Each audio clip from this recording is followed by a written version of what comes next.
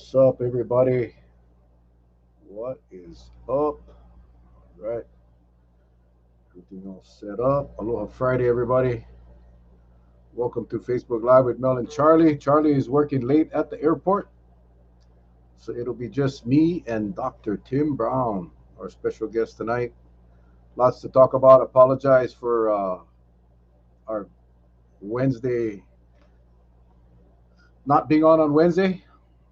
Just a lot of things going on, guys, and unfortunately, I was not able to make it happen. But I am here tonight, and you guys are here tonight, so we're looking for a good show.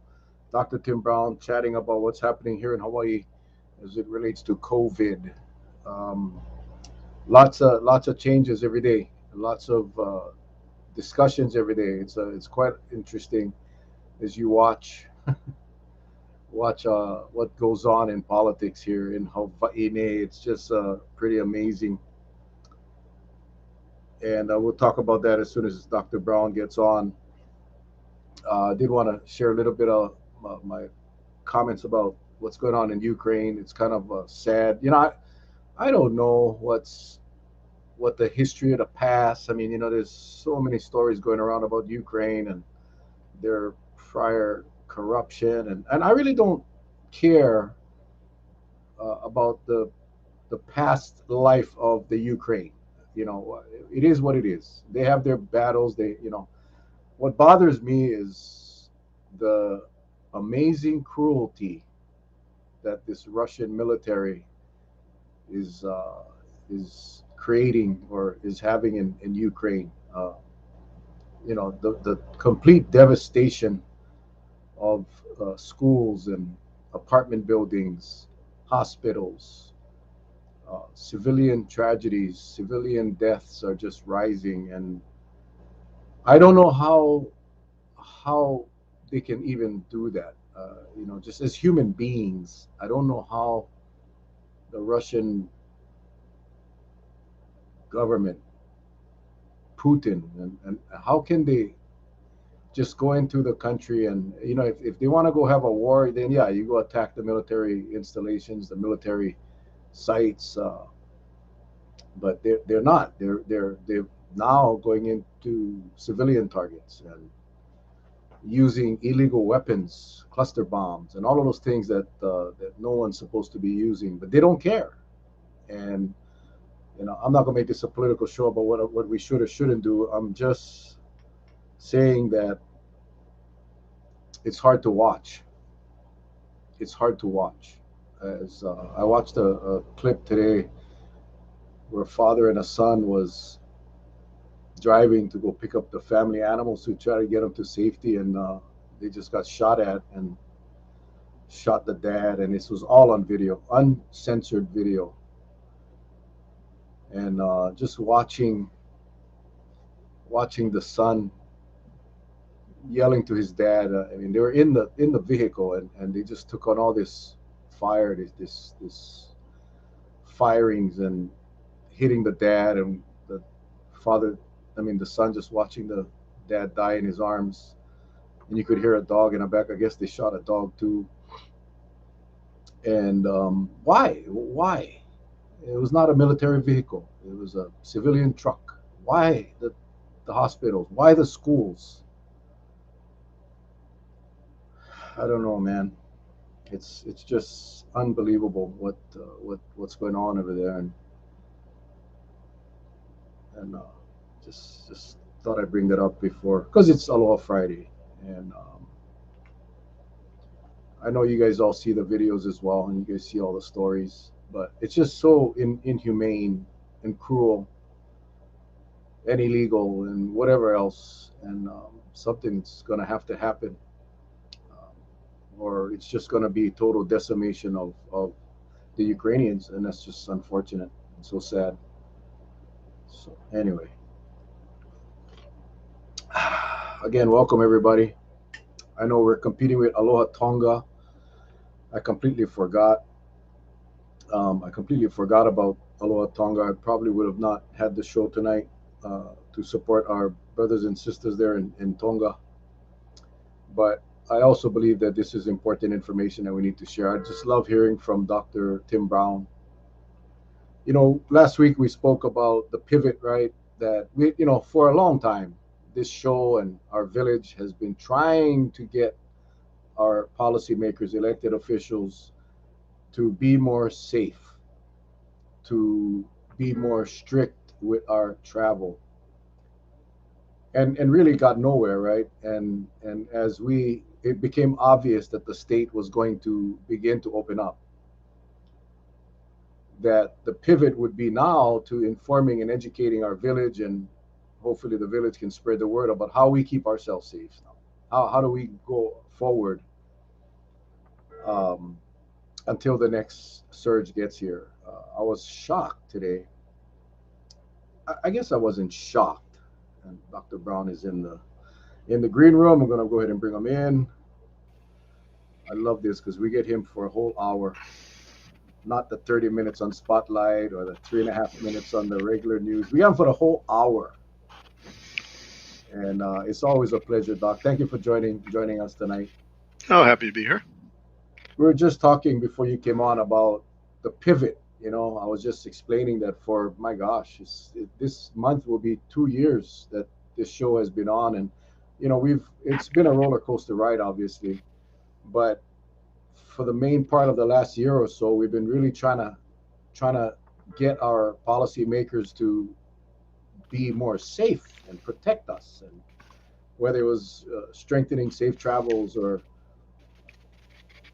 you know improving some of the restrictions and keeping us safe. And then, as the last few weeks, as it was apparent that we would the government, or our leaders would start to release or reduce restrictions, we did a pivot. And the pivot was, Hmm. last week was, I'm not going to say we failed, because I think a lot of good came out of our show, and a lot of good ideas made it to where it needed to go. But the ultimate decision makers, they did their own thing. But now it's more, we got to change, and now we got to start talking to our viewers, the villagers, about where do we go from here? How do we protect ourselves? How to be on the lookout? What should we be looking for? I was kind of surprised today, Doc, and I kind of wanted to get your take on this. I was kind of surprised tonight's news. I saw Mayor Roth and Lieutenant Governor Josh Green urging the governor to lift the mask mandate, the indoor mask mandate, on or before the end of the month, when the safe travels will be lifted. So I kind of wanted to get your take, really, on everything, um, because the numbers, obviously the numbers are much better uh, than it has been. And some of the doctors they spoke to on the news was still very hesitant. The Maui guy, Dr. Shea, and I think it was Dr. Smith from Wilcox, though, on Kauai, was, no, it's time. It's time to open. I was kind of surprised. Maui, Dr. Shea was more concerned, and cautioning our leaders not to act too soon. But based on what you're seeing, based on what the numbers are showing, I just saw it now. They're going to stop reporting numbers on weekends and holidays.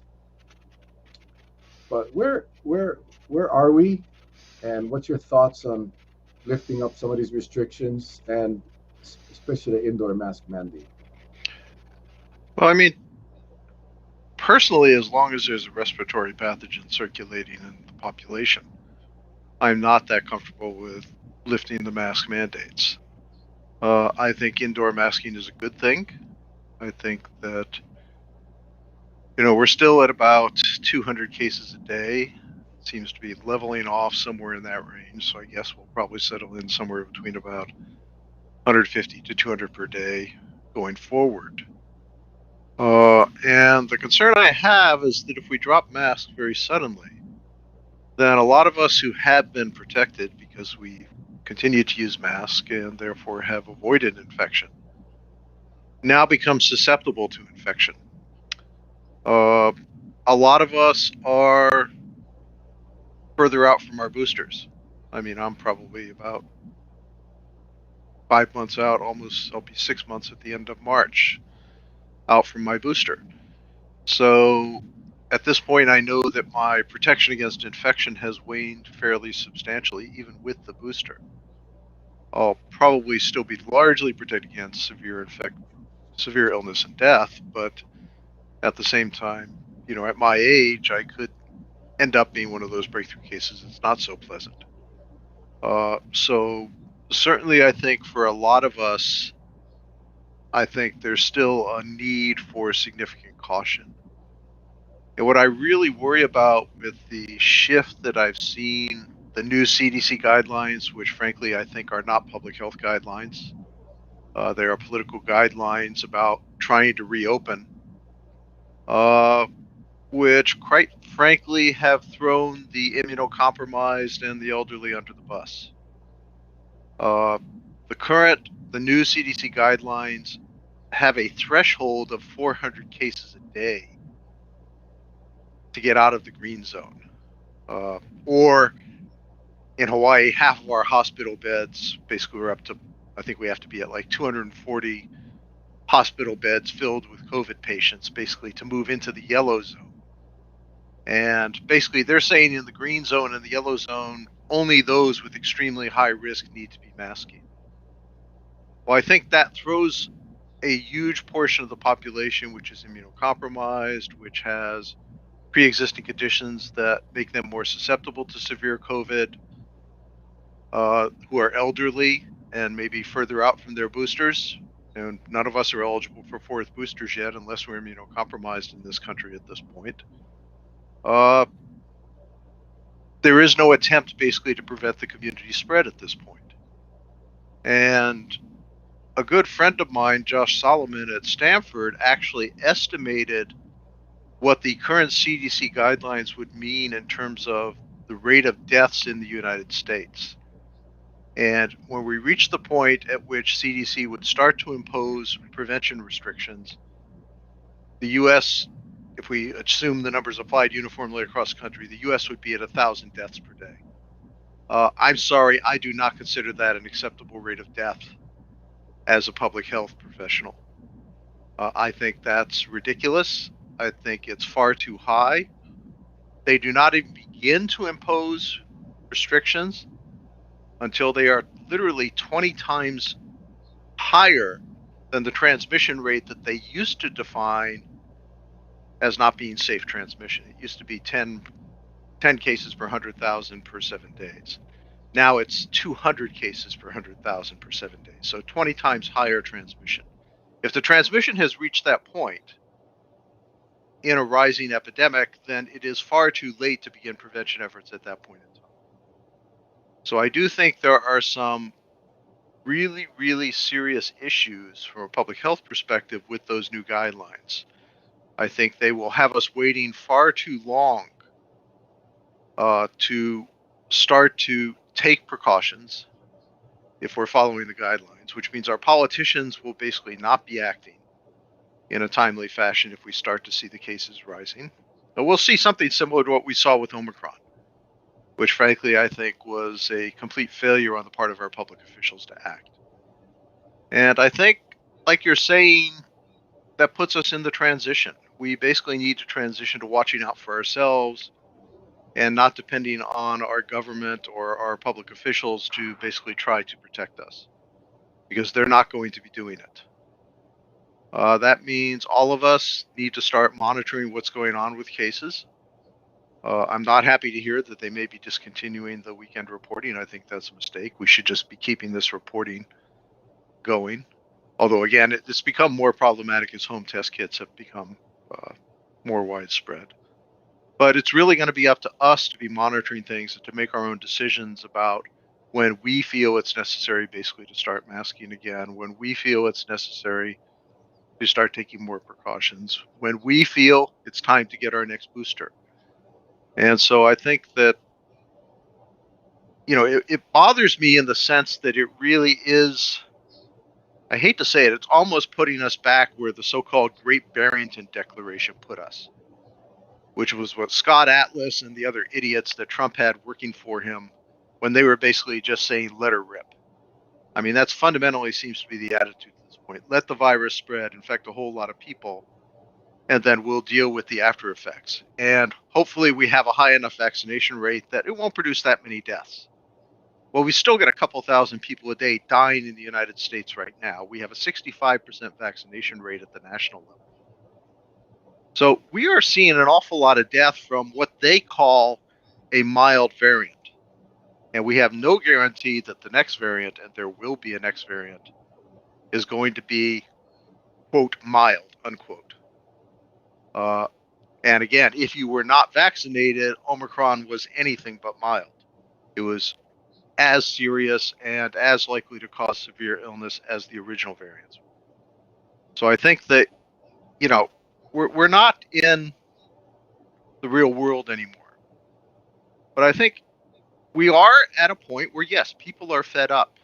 Okay, people are tired of living with restrictions. People are tired of living with COVID. But the reality is, people are going to have to take their own measures now to protect themselves, because we're not going to be taking the steps at the large level basically to deal with this. And I think that, that means it's going to be up to people. It's going to be up to us to make our own choices. I certainly have zero intention of abandoning my mask. I will continue to mask in all public spaces. And, we will see. If summer comes and we're down to 10 or 15 cases a day and we're not seeing, new variants coming around, then at that point, maybe it's time to think about going without a mask in some cases. But again, as long as we've got a severe respiratory pathogen like COVID in the community, I think some caution is called for, and especially for those who are immunocompromised, for those who do have conditions that expose them to severe risk with COVID, those who are older, especially if you're getting further away from your previous vaccinations, from your booster, then I think you should be more cautious going out here. Don't assume that you can drop the precautions the same way that a whole lot of other people are at this point. Yeah, I think, again, the whole messaging. I know what was troubling when the reporter asked the governor if there were any benchmarks or thresholds that they had established that they would start reinstating some of the restrictions, and he said no, that they are none. They're gonna take this day by day. My fear is, as the messaging is really even further minimizing the danger of this virus, uh, whether it's Omicron or the next variant that pops up, that a lot of people, and I could be completely wrong, but I just have this gut feeling that a lot of people will forego boosters. They will forego uh, getting vaccinated, because I think the message that is quite loud and clear is that we're no longer in an emergency. Um, this isn't as bad of a virus. And I think that's going to impact a lot of people's decision making as it relates to staying immune or staying vaccinated and up to date. So it's almost like a perfect storm, right? All at the same time. So you got this public messaging that is pretty much, we're in a good place and we're safe. You got the lifting of safe travels, which are going to allow unvaccinated, vaccinated, anyone that wants to come to our will be able to come in without any type of screening. And then you have the waning immunity, which is going to be a problem. And this it's almost like a perfect storm. That if all of those things collide at the same time, we could be looking at some dangerous consequences. And look at American Samoa right now, getting overridden with Omicron, and they had been relatively virus free for a very very very long time. And so the beauty in all of this is that we've been saying this always. It's still up to us what we do as individuals. I'll wear a mask. I'm not going to stop wearing a mask, and I'm not going to go into bars and restaurants that are loud and screaming, and karaoke bars, and everyone no one's wearing a mask. But a lot of people are going to do that. I notice all of a sudden all of the concerts now. If you look on Facebook, all of the bars and clubs are now posting their special events coming up, all live, and it's all going to be scheduled for after March 25th. So that will be the true test, Doc, and I hope that we will in another 3 weeks, a month, or 6 weeks, the numbers are low across the country, and then we can safely say, we're in a better place. But I don't know if we're ready for that yet. I'm not convinced that we are at that point to say that yet, especially since COVID is still ravaging some places across the country. Well, I think we all have to pray that the numbers stay low. We don't, we don't know what the situation is going to be as people start to unmask. Uh, the one good thing I did here today was when the governor was on Spotlight Hawaii, he was still extremely cautious about the mask mandate. And in fact, he wouldn't even commit that he would be lifting the mask mandate on March 25th when the current emergency declaration expires. Uh, so we may have a mask mandate a bit longer, although, again, I wouldn't be surprised to see him reverse himself and basically lift it on March 25th. Once that's gone, then I think the next 2 to 3 weeks are going to be quite telling in terms of what happens in the community. And that's what I would watch and watch carefully. And if we start to see the cases going up at that point, uh, if we start to see an exponential rise again, then it's time to get worried. If they stay low and maybe even trend downward a little bit, then maybe we are past the worst and we've got a vaccination rate that's high enough at this point that we're not going to be dealing with as much death and illness as we've dealt with in the past. But with that said, I mean, every day in the paper I'm looking, and 4 to 5 more people have died of COVID at this point. So we are still seeing people dying at a significant rate for a population of our size. So, I mean, it is worrying that we're taking such a nonchalant attitude toward what is still a very severe pathogen. And actually, if you actually look at the long COVID studies that have been coming out recently, uh, they are finding substantial amounts of neurological impacts, extended periods, a lot of people going for extended periods with brain fog, inability to concentrate, ongoing respiratory problems, difficulty in walking upstairs, irregular heartbeats. So we are going to be dealing with a whole lot of people in the population who will have those long COVID symptoms. And Nina Wu actually did a story on that in Star Advertiser, I guess, a little over a week ago, 2 articles on that. So we do have people suffering long COVID here. We have long COVID clinics at least 2 of our hospitals. So it is a real issue. What's even more concerning is there's a paper that came out this last week looking at cardiovascular implications of COVID infections and finding that a substantial number of people are suffering from cardiovascular problems after a COVID infection, some of which are related to additional clotting within their system. Their system may have been damaged by clotting that was caused during their initial infection, and some of that lingers. Some of them may be dealing with autoimmune disorders that have been induced by COVID.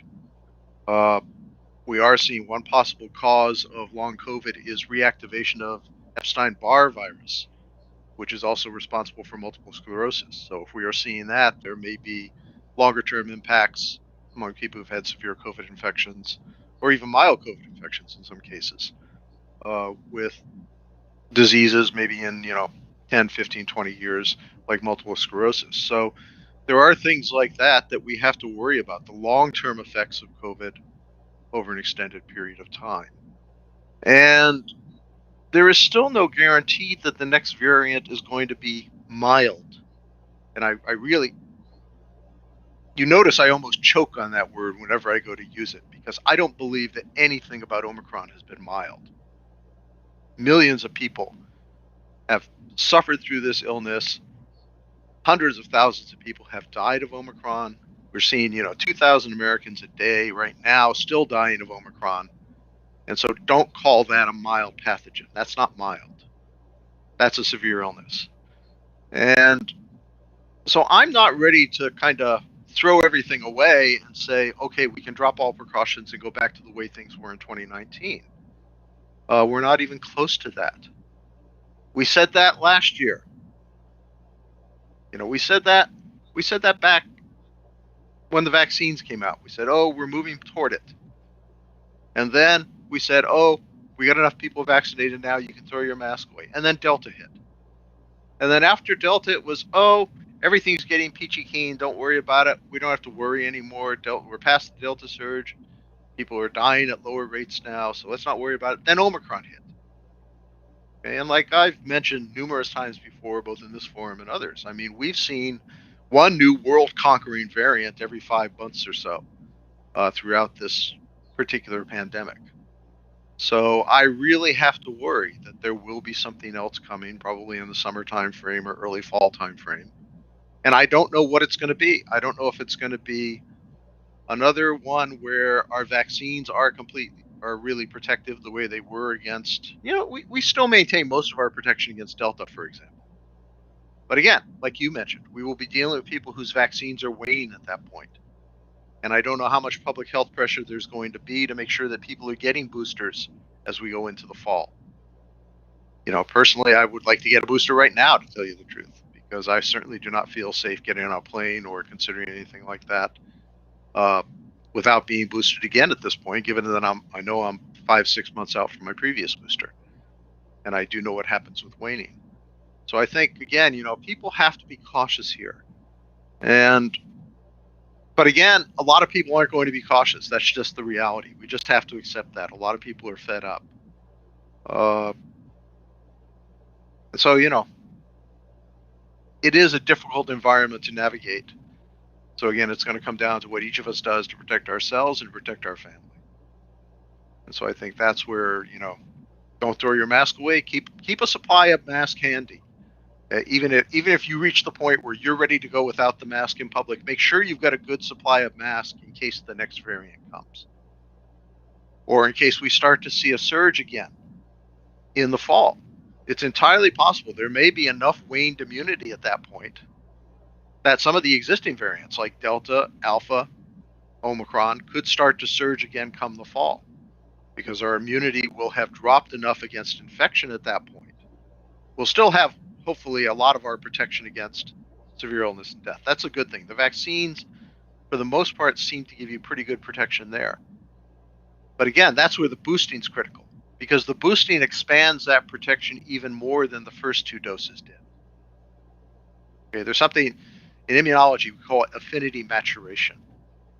What it means is after you've been exposed to something, your body continues to take the proteins that are basically related to the virus. It stores them in your body in what are called germinal centers, and it keeps exposing your immune system to them. And so your immune system actually gets better and better at responding to these things over time. So 2 to 3 months after your second dose, you're actually better off in terms of responding to others, to other variants even that come out. And what we found with the booster is the booster expands that protection even more, so that you'll get even better protection against other variants. So even if a new variant comes out, you may have a lot of protection associated with that. So I think it is really important that people do get boosted. If you haven't been boosted yet, go ahead and get boosted. And when the recommendation comes out for the next booster, go ahead and get it. Because we really do need to keep our immune systems primed to deal with this. Because, it is still in the environment, it is still out there. 40% of the world is still completely unvaccinated at this point. There will be additional variants. COVID will continue to circulate. And especially as people travel more and more, we're going to see COVID reintroduced into the islands numerous times. So, new variants will get here very quickly, as we've seen with the previous variants. Yeah, I think the numbers of identified the BA2, I think doubled or close to doubled. But we're not sequencing enough. We're not sequencing often enough, and we just got to wait and see. On Tuesday, the governor made a statement that it sounded like he was not going to lift the indoor mask mandate, and that he was looking at till at least May. And then I have a friend from Oahu who texted me. Apparently, is privy to some of the discussions that said maybe even closer to July, and it's going to upset a lot of people, and the pressure is going to mount from the business community, and as you can see from other elected officials. As we get closer to the campaign, a lot of people are going to be speaking out now for votes, and it's incredible because the election is coming up. But also, we cannot ignore the fact that this virus is still evolving. And well, I don't know if the Safe Travels program, it was something. It did provide some protection, not 100%, obviously. It wasn't the best, but it still did do some good. But as we could tell by Delta and Omicron, we couldn't catch them. We couldn't isolate them. It came in so quick, and it's so contagious that once it makes landfall here, then it goes wild. So I'm kind of surprised. I actually thought that the safe travels would be the last restriction to be lifted. I really did. I thought, because that to me was the most, I don't know, it's not that inconvenient to go get a test or go get a vaccine. So I really thought that would remain the longest, but I was kind of surprised that the governor went ahead. I think a lot of it has to do with the funding as well, because the federal funding stops, and the state would have to pick up the tab now for the Safe Travels program, and it's not cheap. And I think that had some part in the decision. But you will see. We'll see if we start to pick up more variants or more cases of the variant in the next couple of weeks after we lift the program. We shall see. Yeah, well, I think, I mean, like I say, I think people need to decide what level of risk they're comfortable with. They need to take precautions if they are concerned. I certainly would recommend that workplaces keep things like mask mandates in place for the time being, and vaccination mandates for that matter. Uh, having everybody in the workplace vaccinated has positive benefits.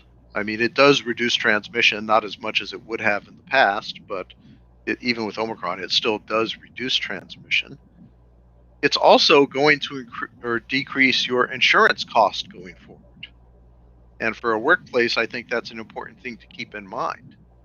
If you have a large part of your workplace population that is not vaccinated, they are much more susceptible to severe illness with COVID. Severe illness means potentially extended hospital stays and higher cost going forward for healthcare. So in fact, I mean, you could actually make a pretty good argument that there ought to be, just as Obamacare basically allows for a 50% premium for smokers on insurance policies, there probably ought to be a non-vaccination premium associated with insurance policies. If you're not vaccinated, you probably should be paying a higher premium to cover the higher cost you are likely to impose on the healthcare system in the future. And so I think, that would be another way basically of encouraging people to get vaccinated without necessarily having mandates in place. I think you're going to have a hard time getting government to put mandates in place right now because, as you pointed out, they're all in an election year right now. And they're all basically angling for the votes. And there's this pretty solid, I'd say probably 40-50% of the population right now that is just fed up with COVID, wants to drop all restrictions entirely. And that's a pretty big voting bloc. So I think you're going to see a lot of, not public health guided decisions being made in those regards and things being pushed. So I think that, you need to take that into account with what you hear going forward. Yeah, I was not surprised with Mayor Roth's push to lift the indoor mask mandates, because he's a lawyer. He's not a doctor. But I shouldn't say surprised, but more disappointed with Josh Green's push now, pushing the governor to lift the mandates, the indoor mask mandates. The other thing that's quite interesting is, and I did want to ask you a little bit about the masking for our kids, but there were some people that were terminated from county and state employment because they chose not to be vaccinated, and for whatever reason chose not to test. Anyway, so they got terminated, and the governor was asked today, what is your are those people going to be allowed to come back, because the mandate for the vaccinations or testing will be lifted for existing employees. So the question was, what about those people that lost their jobs? They said, well, they can reapply, but they have a policy now that to be an employee, to apply for a city and county job or a state job, you have to be vaccinated, so those people are still not going to be able to get their jobs back. And that was quite interesting. So they've thought that part out. But the other thing I really wanted to chat about was the masking of our kids, because there's a huge debate going on right now, and I'm in the middle of a couple of them because there's these allegations, I guess I should call them, that masking our kids in schools are dangerous and it's harmful. Uh, what are your thoughts on that? We just did a drive, a mass drive on Kauai, and I will tell you that a lot of the kids were so excited to get these new masks, the N95s. I didn't, aside from a few parents that were very upset that we had done that. Um, the kids were like stoked to get new masks. I didn't see any of the kids upset. But as far as you know, as far as whatever research you've done, it's is it unsafe for a child to be masked in school? No, I mean, what alleged evidence is out there has been debunked. One of the major papers that came out that said that masking actually harmed children was actually retracted very quickly by the journal after people pointed out that the entire methodology in the paper was flawed. Uh, certainly there are people in the behavioral sciences who are concerned about longer term impacts during children's development and so on of masking for an extended period. But again, I mean, much of the horror stories that are told about increased suicide rates and so on are not true. They haven't held up in actual data that's been looked at. CDC actually published some of that just a couple of weeks ago, and there was no evidence of substantial increases associated with the pandemic. Even though obviously the pandemic is a much more stressful situation for children, not just through masking, but also just through the constant change that they're living with, the restriction in terms of accessing their friends and so on that they have had to deal with through this. So there's no question in my mind that it has an impact on children. With that said, however, it's also, I think, important to keep our schools safe. And, one thing we could do basically to move in that direction would be to push for broader children vaccination. But there are concerns about that at this point. I think uh, a lot of parents aren't comfortable with the vaccines right now. We are seeing some issues with the vaccine in 5 to 11-year-olds. The protection is waning much more rapidly than it does in the 11 and above, the 11 to 17-year-olds. So they may need additional boosting or additional work going forward. We also don't have a good vaccine at this point, basically for the under fives. The results of the scientific studies have not been promising, although part of the issue may be that they're using about a third of a dose for the under fives of what they've been using above that age range. So there are a whole lot of issues there associated with that. But certainly, one thing that would be helpful would be to add vaccination to the, or COVID vaccination to the list of vaccinations that are required to attend school.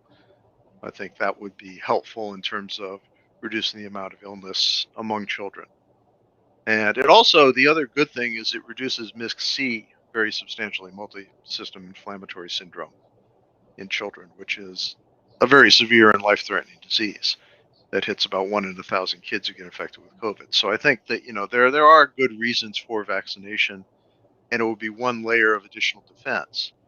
For the time being, I would certainly maintain the masking in the schools until such time as we are comfortable that we're not seeing a resurgence in the community as people start to drop their mask once the mandate is lifted. I think, part of the problem is people's impatience at this point means that we're not willing to wait to see what the impact of changes are. And those impacts are important to monitors because, like I say, we know Omicron is extremely contagious. We also know that a substantial number of us who have been very good about masking, very careful in our precautions over the last 6 months to a year, even through the Omicron wave over the last few months, we have not been exposed. And if a lot of those people drop their mask all of a sudden and do get exposed, we could see a potential resurgence among those people. Now, hopefully, most of them are also vaccinated. I think a lot of those who are still wearing masks pretty faithfully at this point are also vaccinated. So, hopefully the illness would be less severe. But again, we're not boosted as much as we should be. I think still only about 60% or so of people who are eligible for boosters have been boosted at this point, and it would be good to get those boosting rates up because, like I say, it broadens your immunity and will give you better protection even against future variants. So there is a lot to be said for boosting. But I think But that this, go ahead. schools, it's not time to throw precautions away at the schools. We're talking about kids who are in closed settings for 6 hours a day, very close to one another, sharing rooms. Ventilation we know is nowhere near as good as it should be in a lot of schools. So I think there's still a whole lot of issues there that we haven't addressed properly. And I don't know how much more the state can do to push for vaccines. I mean, I see more commercials now on TV about the vaccine. I see vaccine commercials targeting parents of children, of young children. I see it's just a lot now. And but what we haven't seen um, an increase in vaccinations because I think the people that have made the choice to get vaccinated have gotten vaccinated. And I know my son, he's not planning on getting a booster because he's young and he's healthy and he's got his two shots and he's okay with that. And of course he's in Oregon, so I don't know if he sees all the commercials that's on the TV here. It's incredible. But we know that we're pretty much plateaued on vaccinations, and then unless we get another, God forbid, another major surge and a lot of people getting sick and dying, that'll get people over to get vaccinated because of outright fear, or if someone close to them gets ill with the virus. I don't see a drastic increase in vaccinations going forward. I mean, I would suspect we're pretty much where we're going to be. And like I said earlier, and I think you also said that with the waning immunity and the people that probably will not get boosted because they think it's safe, uh, we can only hope that no variant that's more contagious or more severe, or even equally severe as. Because I'm with you, sir. I am with you. I get so irritated, frustrated when people talk about the mild Omicron. Uh, and our own leaders have said it. Our own leaders have said it on TV and on spotlights and I see a lot of my dad's on right now, and I see a lot of people asking about my stepmom. My stepmom's fighting for her life right now in the ICU in Washington State, Mm. and she got COVID. She got sick. They sent her home, sent her back to the hospital, put her in rehab. She cannot maintain her oxygen levels. There's also other damage to other organs of her body. This is not a mild disease, doc.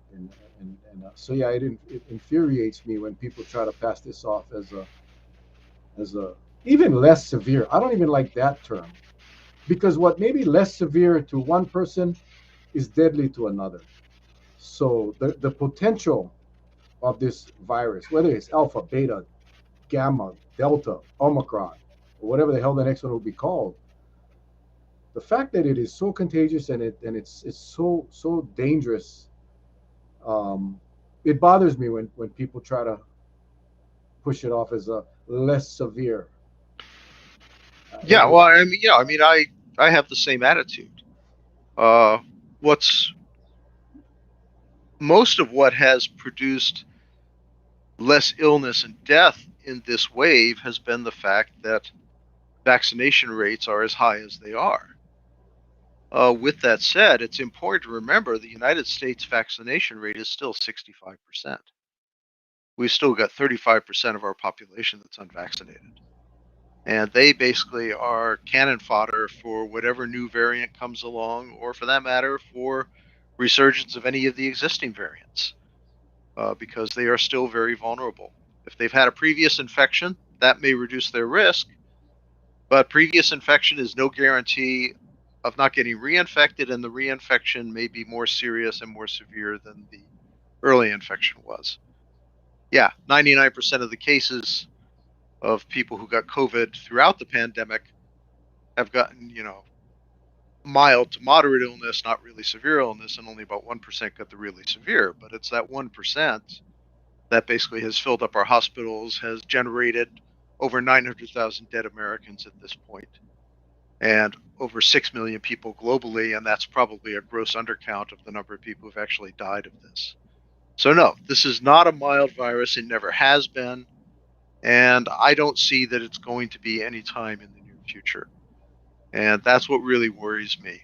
What we really need to be do is we need to be making our society more resilient against this, which means that we need to have better surveillance and monitoring so we can really know what's going on here. Part of the problem, like you point out, they're going to stop reporting cases before long. I mean, the Star Advertiser no longer actually does their daily case report any longer. They discontinued that a week ago. Okay, so the kind of details that were available to people in that article every day are no longer available unless you can get some of that information by going to the Department of Health website. But people need to be aware of that. They need to know what's going on. We need to get the wastewater surveillance in place and exposed to people so that people can see what is actually showing up in the wastewater surveillance. So if it starts to show positive COVID cases, then that's an indication we're seeing community spread again. And that means that people should, at that point, be prepared to take precautions. And I think to take those precautions, people need to have masking supplies. Workplaces need to be ready to go back to policies that were effective in the past. Work from home if possible for those who can. Uh, Making sure masks are used in the workplace. A lot of people threw those away with vaccination. We saw that that was a mistake because even the vaccinated basically could still transmit, and some of them got breakthrough infections. So, workplaces need to be prepared. We need our workplaces to get better ventilation in place. We've done virtually nothing, I think, to improve the ventilation in a lot of our workplaces. And that means we leave ourselves very vulnerable to any respiratory illness that may come along, whether it's another flu. And let's remember, the flu of 1918 was a pretty nasty one. We could get another one like that in a year now. And so having better ventilation in our workplaces and in our restaurants, in our public spaces, that could go a long way toward reducing the amount of illness associated with future respiratory outbreaks, not just COVID, but also flu or any other respiratory pathogen that may come along. So we need to be working on that. But again, I'm not hearing much discussion of that anymore. We actually should be doing things like actually setting workplace standards or building standards in terms of how many turnovers of air we expect in every room in order to achieve this. And we probably ought to be providing some government subsidies to help workplaces basically to put good ventilation into place. We need to have good treatment supplies, and we need to cut down the time from testing to treatment. The president has now put out his test and treat plan as part of the national plan that was released earlier this week. It sounds good in concept, but the problem is right now it requires that only those pharmacies that have an on-site clinic with a doctor will be able to do test and treat, because it does require a prescription from a registered MD. And so unless we basically change the rules in terms of prescribing those pills, a lot of people will not be able to get them until they can arrange a visit with their primary care physician, assuming they have one. And I remind you, a third of Americans do not have a primary care physician. And that takes time. We know it takes time to get into see a doctor at a doctor's office. They might require additional confirmatory testing, which will take another day or two. And by that point, the pills have largely become worthless. So we need to clean that system up and make sure it is streamlined so that as soon as you test positive, you can immediately get access to the pills and an appropriate medical consultation, because there are a lot of drug interactions with these pills. Okay, I was actually looking at the prescribing information earlier this week. There are a lot of drug interactions with it. So if you are taking other drugs, you really should be consulting with the doctor before you just start popping these pills, because there may be interactions with the other things that you're taking. We need to get those things in place and be ready basically to deal with whatever comes along. And I worry that, once we move into this post-COVID era that people seem to think is coming, that we forget all of that, we don't do any of that, and then we're no more prepared when the next variant hits than we were when the previous one hit. And that's really what I worry about, because I think this tendency of the public and the politicians to want to move on beyond it without setting the systems in place that are necessary to control it means that we won't be any better prepared for the next variant than we were for the previous ones. And that's stupid, because we'll be flying by the seat of our pants once again. And we shouldn't be. We know that masks work. We know basically that vaccination works. We know that the pills work if people get them in time. So we need to get the systems in place. But we also know that people need good information to know that they need to start masking again, that they need to get boosted, et cetera, et cetera. And again, our public health communication has been terrible throughout this pandemic. I think there's a whole lot of preconditions necessary to be really ready to, quote, live with COVID. And I think we're not really putting much attention into doing those things. Yeah, it baffles me. I think you just described what needed to be done a year ago. Uh, that sort of planning, that sort of logistical uh, plan that would prepare us to start to open up. But it was never done, right? We are flying by the seat of our pants with a hope that we don't get another variant or another outbreak. Uh, and these pills that you talk about, these therapeutics that Scotty talks about a lot, and I agree with him 100% that while I think prevention is key and stopping the virus from even being allowed to spread into the community is, to me, I think the smarter course. But you cannot, you got to accept the fact that the virus will get here and it will be spread through the community, and there's nothing for these poor people that get sick. I mean, there was a time when the monoclonals were available. You had a positive test, you go straight in, hook you up, and you're done. But now, because it's less effective or not effective against Omicron, we still have some Delta. We still have possibly some other stray variants out there. Unlikely, but could be. But like you said, with these new antivirals or these new pills, if you don't catch them within that first 5 days or so, it's useless.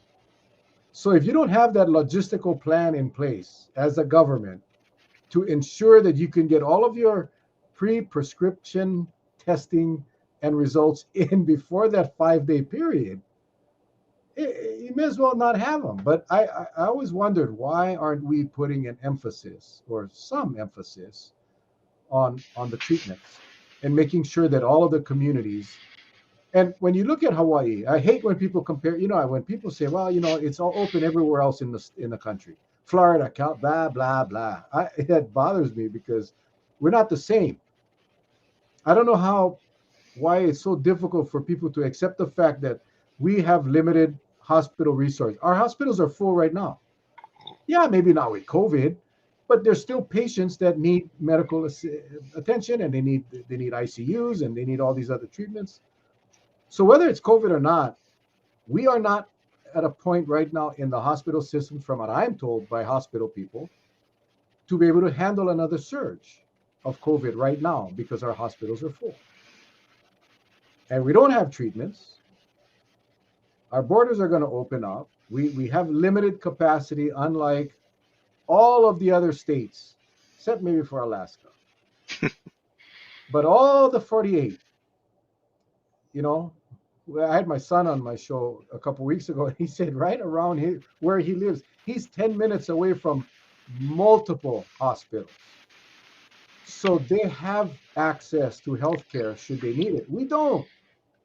And this is what bugs me the most about this so-called plan to reopen, with absolutely no backup plan. You can fly in 1 billion nurses, but if we don't have rooms, we don't have beds, we don't have treatments, we don't have the facilities, What are they going to do? The prayer I, circle? I, I think that's the real concern I've got with these new CDC guidelines. I mean, the new CDC guidelines basically say in order to get into the yellow zone, where they're still not recommending masking for most people, you have to have 400 infections a day, and you have to have either 10% of your hospital beds filled with COVID patients or 140 hospitalizations in the preceding week. If we reach the point where we are at 400 cases a day and 240 people are in the hospital with COVID, that's halfway to what we know overwhelms our hospital system. And at that point, we're not even saying everybody should mask. We're saying high risk people should talk to their doctor and decide whether they should mask. I mean, I'm sorry, that's not public health guidance. That's idiocy. In a country where a third of Americans don't even have a primary care provider, where most of us cannot pick up a phone and call our care provider, my way of getting through my doctor is usually by email. Because you can try and call the Kaiser switchboard, but you're not going to get through to your doctor. I got news for you. And so I'm sorry, its recommendations are a complete disaster from a prevention point of view. We will be well on the way to destroying our hospital system before we even recommend that a fraction of the population start masking. That makes no sense whatsoever to me from a public health perspective. That's not public health, that's politics. And I'm sorry. I just cannot accept it. Like Josh Solomon said, that correlates to 1,000 people a day dying in the United States when we reach that point before they're even recommending masking for some people. I mean, give me a break. That's not, I there's no public don't health need there. don't need to apologize. I mean, I think that uh, I struggle with the ignorance of the decisions that our decision makers make because we've been down this road twice.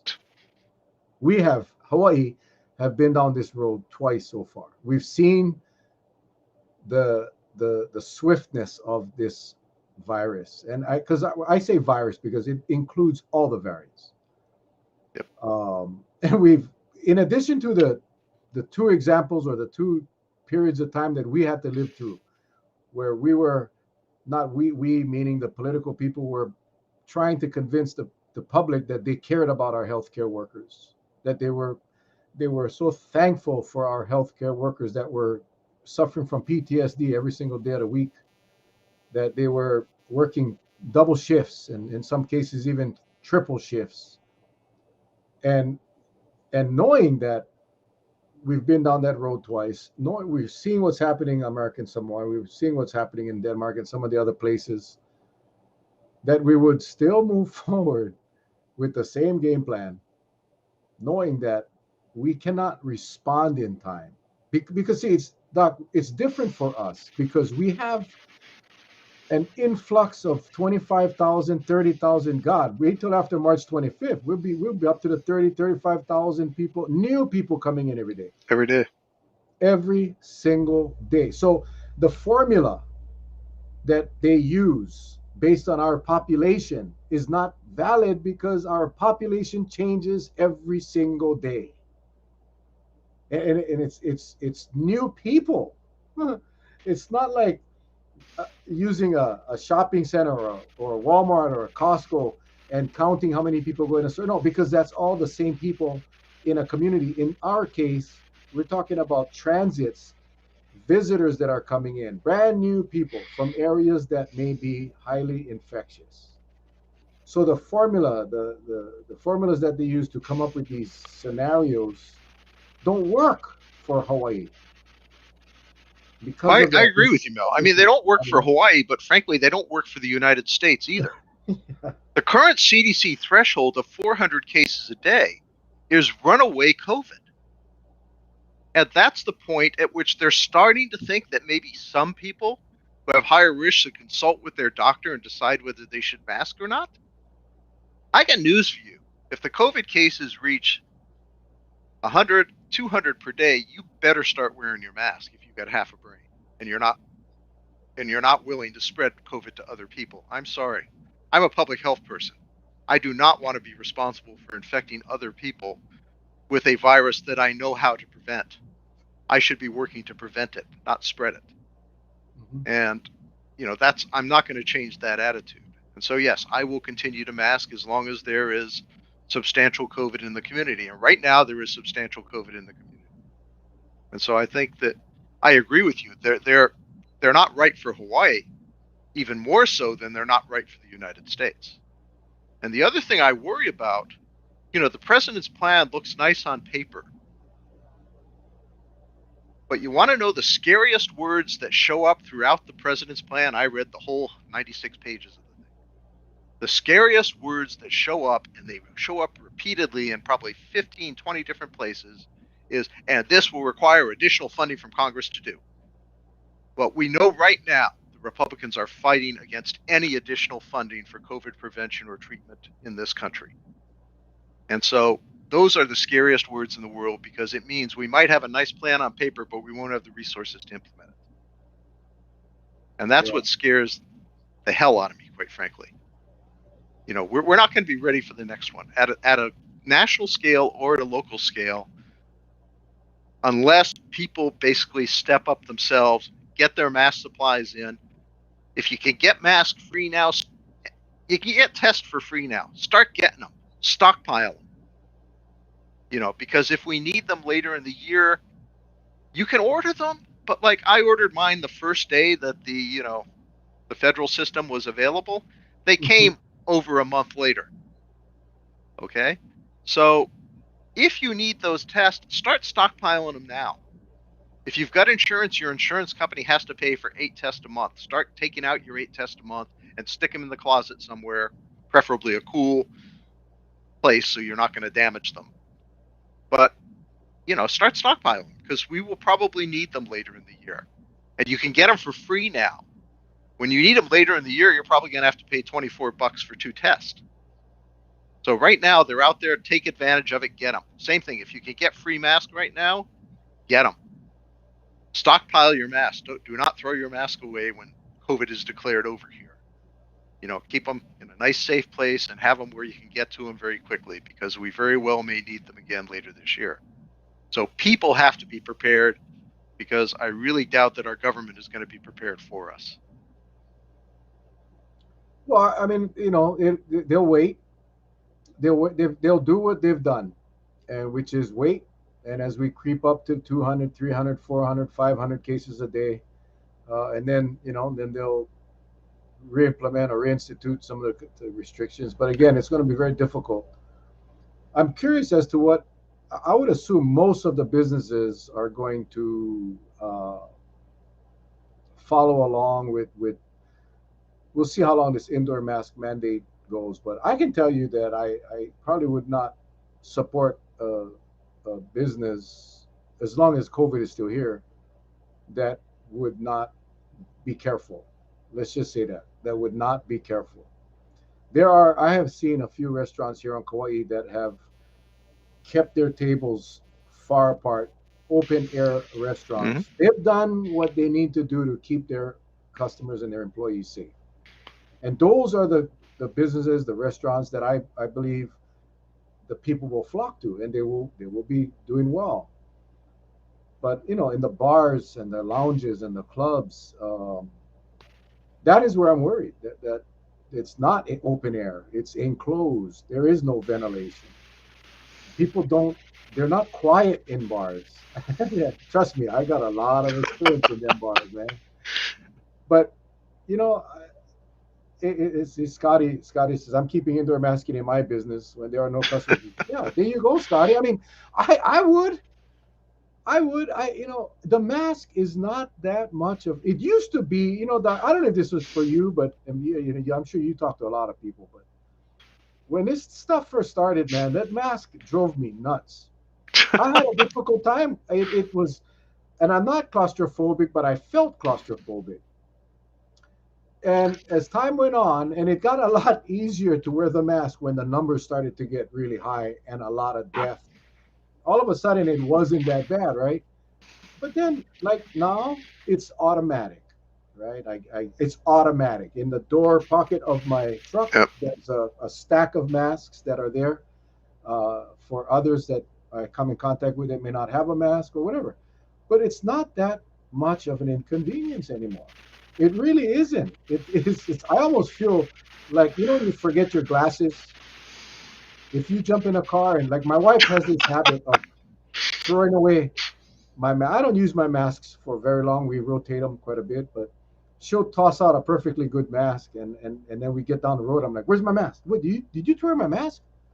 Yeah, I threw it away, but in her pocket she has them as well. So I just open up a new one. But it's not that bad anymore, and I think a lot of people feel that way. I think most people are upset because they're being told they have to wear them versus the fact that they should be wearing them to protect themselves and others. What do you think about that? No, I think masking has been turned into the boogeyman, and I really don't get it. I mean, what's so difficult about putting one of these things on your face? I mean, it's not that difficult. It protects a whole lot of people in the community who otherwise could end up severely ill or dead. Uh, why is that such an imposition on us? I hate to say it, but I think the reality is the reason it's become an imposition on us is politics. Because Trump and his minions basically politicized masks in his last year in office, and they turned them into a political factor, not a public health measure. Similar to what they did with vaccines as well, which is why the 35% of the country that's unvaccinated is largely Trump country. Uh, Fundamentally, they politicize public health. And it is not such a big deal to wear the mask. It really isn't. I mean, I'm like you. I keep, there's some in my car, there's some in my office, there's some tons at home. I can change them out whenever I want to change them out, and I'm ready to change them out if necessary. If I start to feel the fit's not tight enough, I will put a new one on. Uh, it's not such a big deal. And yet we have made it a big deal. And I think, and the problem is our public health people have fed into that. Because CDC, by telling you, oh, well, if you get vaccinated, your reward is you don't have to wear the evil mask. I mean, that was their message last May and July. Just before Delta hit us and basically, killed a whole lot of Americans. They were telling you, oh, yeah, give up that mask because you're vaccinated now. You don't have to worry about it. Well, if you recall, I was saying back then, hey, vaccinated people still transmit COVID, and so you shouldn't be throwing your mask away. I mean, I was ranting and raving when they announced that in May last year anyway. Uh, so what's the big deal? It's a mask. It's not a political statement. It's something to protect you and to protect the people around you. And for me, I'm more worried about protecting the people around me than I am about protecting me. If I've got this and I know that more than 50% of the transmission is asymptomatic, so I don't know if I have it, then if I go out there without a mask on, I'm potentially infecting other people. That's not acceptable to me. And I would hope it's not acceptable to most people. And I think for most people here, it is not an acceptable. And I think a lot of, I think even if they drop the mask mandate, I think we'll probably still have 50, 60% of our population still willing to continue masking. I think a lot of the younger ones will throw them away, but I think a lot of those of us who are more responsible basically will wear our mask still, at least until we're convinced that this thing is gone. And then at that point, we'll consider unmasking. There was a poll today, and I know we're at the 8 o'clock hour, so we'll wrap it up here. But there was a poll. I don't know if it was Instagram or Facebook today, and it was, if the governor lifts the indoor mask mandate, will you continue to wear your mask? And it was yes and no. And I clicked yes, and then the results pop out. It was 60-40 at that time. I don't know what it is now. It was earlier this morning, but it was 60% of the people that responded said yes, they would. It's exactly what you just said. I think that's probably going to be, it's going to hold true, especially if COVID is still around and still peaking up throughout the country. And as long as we hear about it, it's going to be a little more difficult now without the uh, reporting, but it is what it is. Hey, Doc, just one last question because someone asked about the efficacy of wearing just one mask. Um, I know recently the experts came out and said use an N95. Correct. Cloth masks are rubbish. The surgical masks are not as good as the N95s. If you have the ability, wear an N95. One mask sufficient? Two masks? And this will be my last question, I promise. Well, I think, if you're using an N95, one mask is sufficient. In fact, you probably want to be cautious about double masking with N95s because the second mask could actually break the seal of the N95 against your face. So it's frankly, it's quite similar in HIV to what we talk about if you use two condoms. Strangely enough, the condom breakage rate is higher if you use two condoms than if you use one condom because the two condoms rub against each other and they're likely to break. So I would say if you're talking about an N95, one mask is sufficient.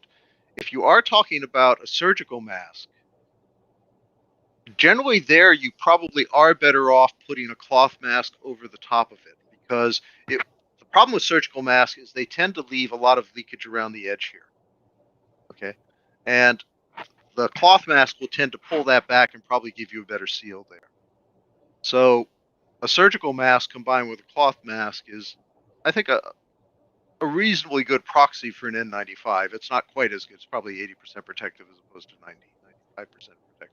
Okay, I But lied, it's a Doc. definite step in the right direction. I misunderstood the question. I Oh, apologize.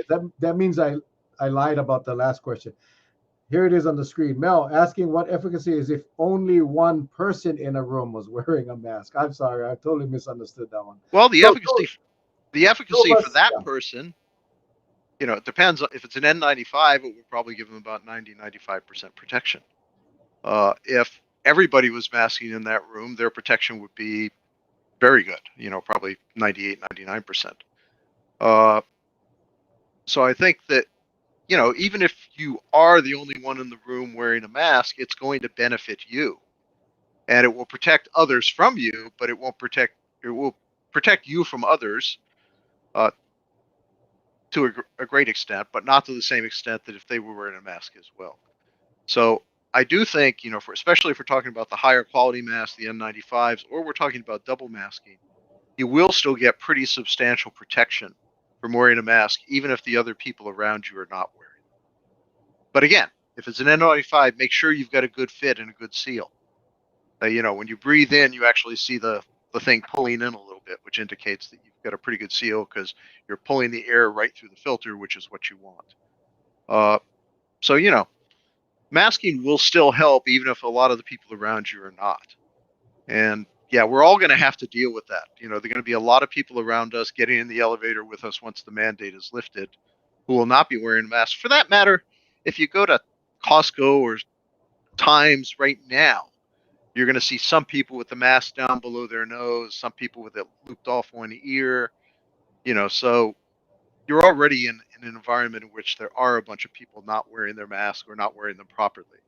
So there is, still some risk in the environment you have to be careful about. But again, yes, you are safer with the mask than without it. The seal is the key, man. The seal is the key, and you could have a N95 and it's not properly worn. The risk is increased. It's that simple. So just make sure you get good quality masks. Good. Make sure you get good seals, and the most important thing is don't put yourself in situations where you could be exposed to someone with COVID, which means you may have to. You walk in Costco and you see that aisle or Safeway or wherever, and you see an aisle, there's a lot of people. Just take an extra lap and come back later. I mean, we just gotta do what we gotta do to keep ourselves safe. And if you see somebody hacking in Costco or hacking in the supermarket, head for the door. Just get out of there. I mean, I've done that a couple of times. It's like I'm not messing around with that. It's like somebody's hacking away in there. I do not want to be breathing that air. So just head for the door and get out of there as quick as you can. Very good advice. It's interesting now that I think about it, is because we've been wearing masks for 2 years, for the most part, I haven't really seen too many people hacking and coughing and sneezing. You notice that, Doc? I mean, Yeah. It I works. mean, whether it's at work or at the store or wherever, you really don't see sick people anymore. Flu was non-existent the first year of this pandemic. Yeah. It's still at comparatively low levels this year relative to what we saw in the past. Other respiratory illnesses have largely been gone as well. So, I mean, I hate to tell people, the Asians are onto something. The Yeah. Asians have actually figured out that wearing a mask is a smart thing to do. And that's why every winter, if you go to Tokyo or something, you see lots of people wearing masks. They're wearing masks because they know that they not only protect other people from them, but they protect them from other people. And that's one reason why Asian countries have had much lower death rates than most of the Western countries, because they learned a long time ago that masking was a smart thing. Taiwan, from day one of this epidemic, handed out 5 masks per citizen every week from government stockpiles. They knew from day one that the masking was critical. We learned that in Asia in SARS. I was in Thailand during SARS, and people learned to wear masks. You know, we also checked everybody who came into the country. They had to get a checkup from a doctor. So, I mean, you basically can keep yourself safe from these things. Now, Omicron became so contagious, it became much more difficult to contain. But even then, the Asian countries are still faring better than most of the other countries. Okay. So, masking works, and it's a very effective intervention. It's just that, we keep poo pooing it when in reality, we basically ought to be promoting it. Yeah, we overcomplicated, Doc. And I agree We, with you, man. I like the fact that I haven't had as many colds. I haven't had the flu. I haven't had any of these things this year. You know, that's the good thing here. All I have is my allergies to my poor dog here. But beyond that, it ain't too bad. yeah. I my first trip to Korea in the Air Force back in the 80s, it was freezing cold. It was obviously during the winter, and I was so surprised to see so many people wearing masks. Now, I had assumed that they were wearing masks to keep their nose warm because it was so damn cold. And the nose gets really, really irritated with the cold. So for a long time, I thought they were just wearing the masks because everyone wore a mask. It was everyone. So I thought, oh, it was just they had earmuffs. You wear a mask to keep your nose warm. I found out later on that they wore masks to keep themselves and others safe. And we should have listened to them 100 years ago. Anyway, Doc, thank you all for joining us. Thank you, Doc, for your time. I know you're a busy guy. Enjoy having you on. I mean, our viewers enjoy having you on. Just a wealth of information. I want to thank the viewers for jumping on. I know we're competing with Aloha Tonga, so that's it's a big show going on right now. And I did want to ask. I know my dad's on. I don't want to ask again for the village prayers for my stepmom. She is seriously fighting for her life right now with this damn COVID. So it's real, uh, and we just pray for her, and hopefully she turns the corner soon and gets better. So with that, I appreciate you guys. We love you guys, Doc. Again, enjoy your weekend, sir, and we will be in touch. We wish your mother-in-law the best. And again, everybody be safe out there. We're not through this thing yet. Thank you so much. Aloha.